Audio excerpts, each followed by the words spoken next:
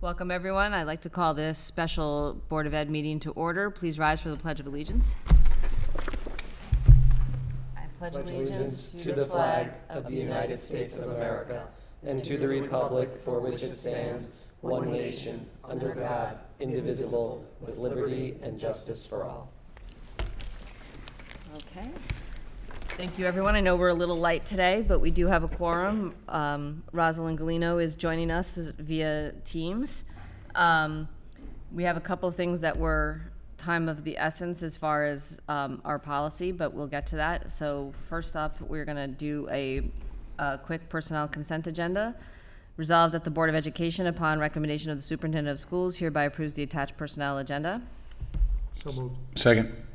And before we move, it's just to hire our new public relations coordinator. I don't know if you want to say anything about that, Adam, or we'll just vote, or? Sure. So She's a new hire, so. yes, I'm very pleased to recommend the hiring of Allison McCaffrey to the Board of Education for appointment as the full-time public relations coordinator in the Somers Central School District. She comes to us with a marketing background and a degree in media and communications arts with a specialty in public relations. So she has a background that I think is distinctly beneficial to Somers in that she has a keen sense of understanding the arc of the work that the district is undertaking so that we can make those connections that we've often talked about between the various topics that emerge over the course of the year so that we present a very clear picture for the community of where we are headed and where our kids are going between Primrose and the intermediate school, the middle school, and the high school. So I think she'll be really helpful in doing that. And the best part about it is there's so many incredible things that are already happening in Somers. So she doesn't have to come up with things that aren't already happening. It's really about illuminating the wonderful things that are already underway and helping our parents and families and students at the high school, for that matter, understand the purpose behind what we're doing and how it will be beneficial to them in their future. Great. Wonderful. I look forward to it. So all in favor? Aye. Aye. I need to hear Here, Rosalind. Aye. Thank you. Got it. Okay, and that brings us to our business consent agenda that, Did we not do public comment? oh gosh, I did skip over public comment, you know? I'm sorry, Nancy. Apparently I should have had a third cup of coffee today.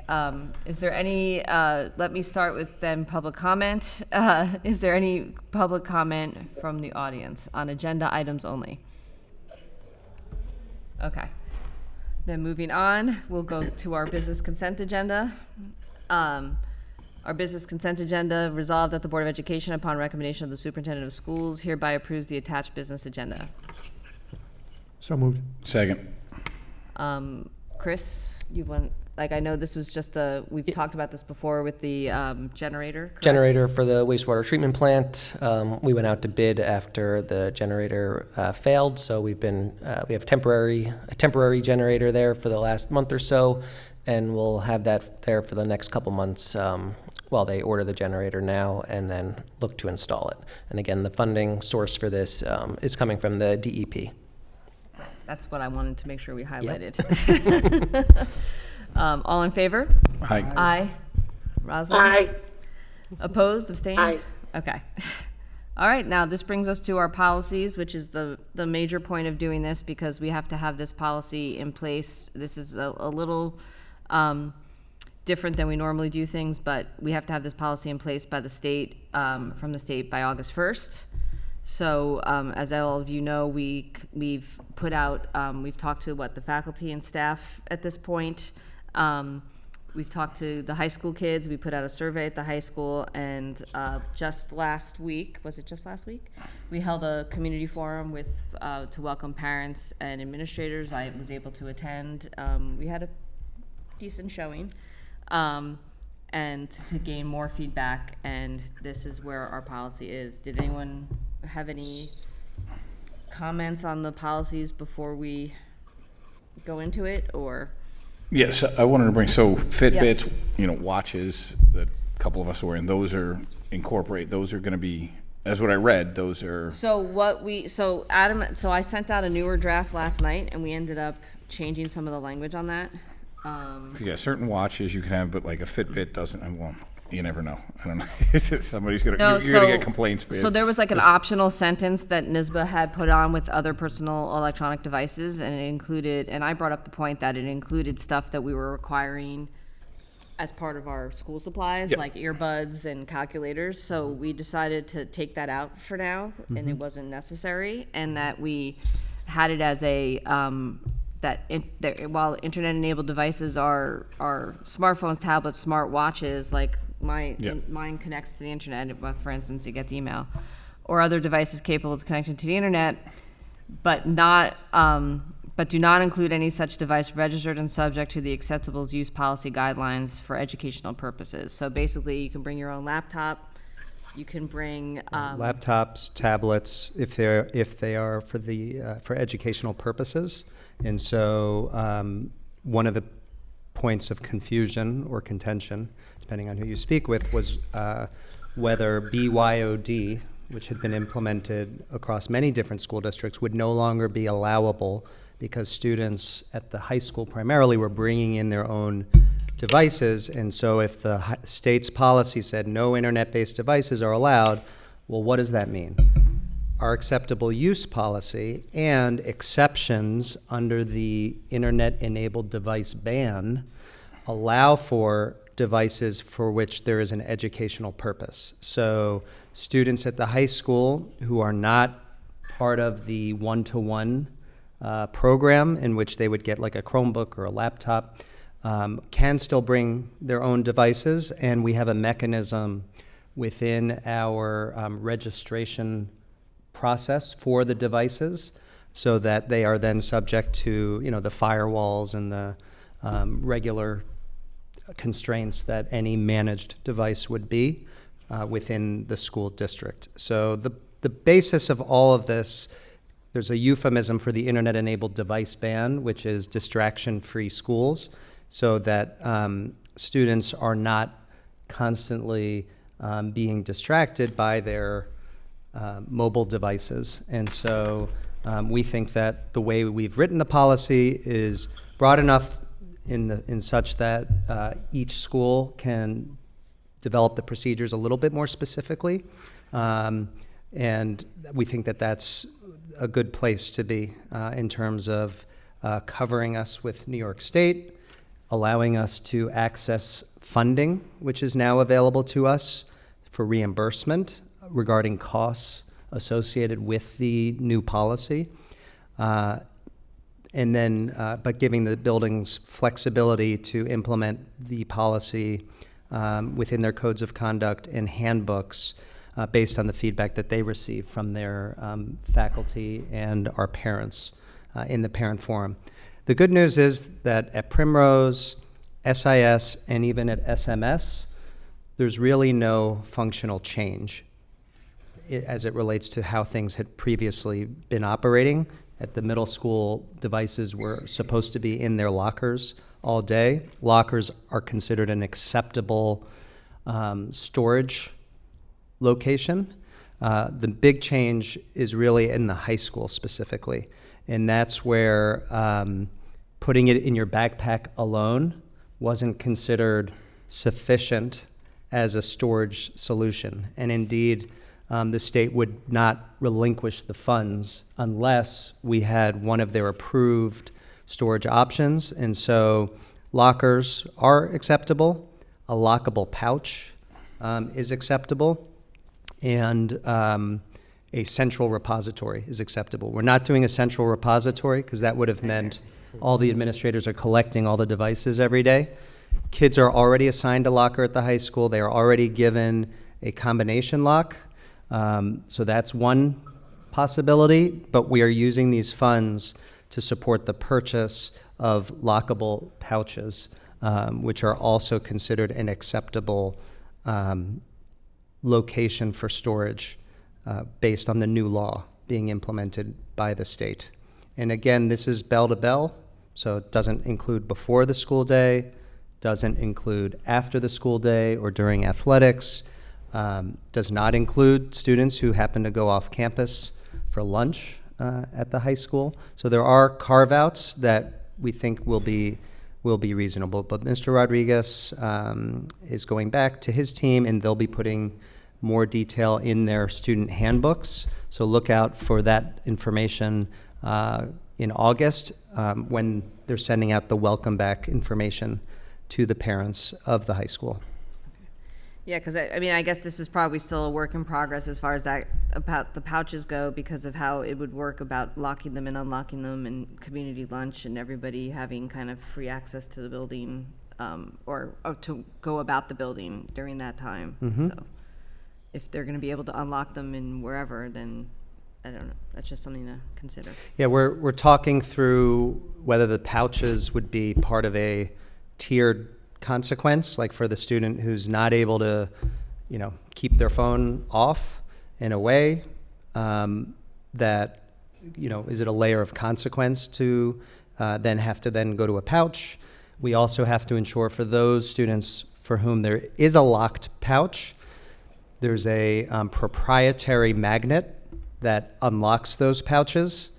We actually tried other magnets just to see if we could break the system. We could not. It's a special type of device for which only a certain magnet that we would be provided through these funds can unlock the pouches. And so we have to disseminate enough of the unlocking mechanisms so that for those students who do have the locked pouches, that we can then unlock them before, by the end of the day when they leave the campus.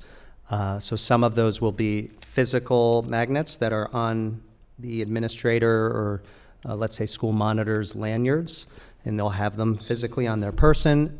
Others are a mechanism that's actually attached to the wall within the high school. So then as a student is leaving the high school, they would be able to unlock it upon egress from the building. So that's where we just have to manage economies of scale, because if literally 800 children were needing to do this at the same moment in time that they're catching buses, going to practices, or whatever else, that would become a bit of a challenge. But that's where we're thinking that would be like a level of consequence for kids who aren't able to maintain the distraction-free environment. It wouldn't necessarily be the initial response for all students.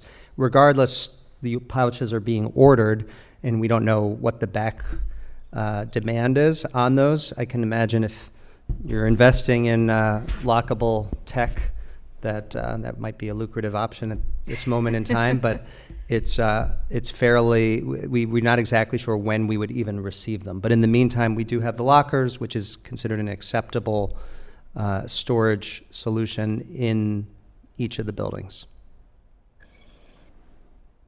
Great. Great, and as you know, it's not set in stone. Obviously, we can always adjust it and go back to it as we see the year go on, as long as it complies with the state law. Is that your understanding as well? So, Yes. okay. Anyone else have anything else to say? Okay. Resolved that upon the recommendation of the superintendent of schools, the Board of Education of the Somer Central School District does hereby accept the following policies for a first reading and adoption. 5695, students and personal electronic devices, which is the new policy, and then 4526R, acceptable use policy regulation, which is an updated policy in order to work in the edits. So moved. Second. All in favor? Aye. Aye. Opposed, abstained? Okay. And then do board members have any final comments? No. I'm assuming we're keeping this pretty tight today, so. Adam, do you have any comments other than what we've already done?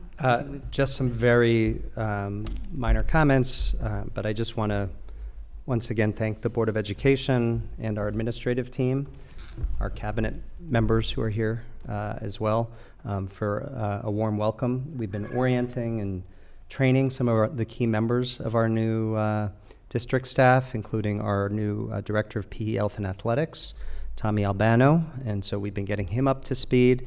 And as we just mentioned, Allison McCaffrey will be our new Director of Public Relations, and so our Public Relations Coordinator. And so we're excited for her to get on board and really communicate the great things that are already happening in a way that's like consumable for parents. And so social media has been a part of her background and experience in terms of how to really help the district's message push through a lot of noise that's out there. So we're excited about that. We held our retreat as a Board of Education along with myself, which I thought was a great opportunity to talk about how we can more efficiently and effectively govern within Somers Central School District. So I'm excited about our processes as a board and leadership team to see how those unfold. I wanted to also mention that our extended school year began last week for some of our learners in the school district, and even though they came back after a long weekend, which was the July 4th weekend, they were still super excited to learn, and our staff was eagerly awaiting them from the cars and buses on their first day.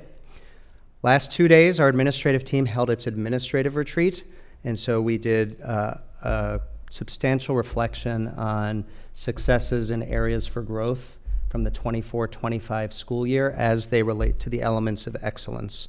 And so we talked about areas to continue and carry forward into 25-26. And so as I deliver a welcome back message to both the faculty, staff, but also the community, I'm excited to share what those new priorities or updated priorities will be for the 25-26 school year. And last but not least, if you have some spare time, I would encourage you at home, for all of those looking and listening, to go to the Somers Library at Reese Park, pick up a good book. They have a lot of resources and options available to you, and they have made a point to let me know there's a lot of great reads that are there for them for this summer, including lots of books that have been recommended by the library media specialists in each of our schools. So thank you. Thanks. Yes, I know the summer reading list is already up on the high school website for the high school students, so I know my kids have already started. Great, so be it resolved that the Board of Education goes into executive session to discuss the employment history of a particular person. So moved. Second. All in favor? Aye. Aye. Okay. Thanks, everyone.